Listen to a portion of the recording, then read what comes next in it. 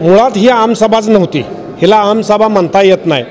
कारण आमसभा हे फक्त ग्रामीण भागातल्या विकासासाठी असते. कारण ही आमसभा असते तर फक्त ग्रामीण भाग बोलवला असता.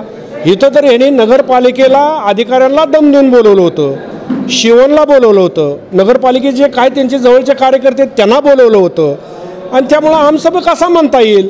आमसभा ही फक्त ग्रामीण भागासाठी असते, नगरपालिका त्या आमसभेला येत नसते. त्यामुळे हे आमसभा म्हणता येत नाही. या आमसभेमध्ये प्रामुख्याने मीडियाला दिसून आले की प्रशांतराव परिचारक जे माजी आमदार आहेत त्यांना टार्गेट केलं गेलं. नेमकं कारण काय असावं यामागचं? आदरणीय माजी आमदार प्रशांत परिचारक यांचं नाव घेतल्याशिवाय विरोधकांना करमत नाही.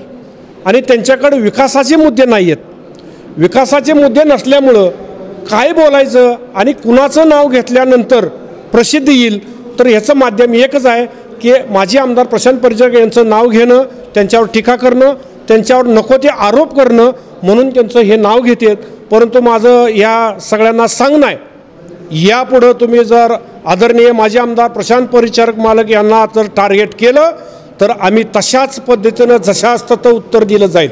त्यामुळं यापुढं तुम्ही, माझं मत आहे की कुणाला तरी टार्गेट करण्यापेक्षा तुम्हाला ज्या मतदारसंघामध्ये लोकांनी निवडून दिले त्या मतदारसंघामध्ये विकास कामाला लक्ष द्यावं आणि तिथं विकास करावा. जे तुम्ही विधानसभेपूर्वी लोकांना शब्द दिले होते त्या शब्दाची पूर्तता करावी. कारण तुम्ही विठ्ठल कारखान्याला 3,500 रुपये दर देतो म्हणला होता, त्याच्यावर तुम्ही बोलावं.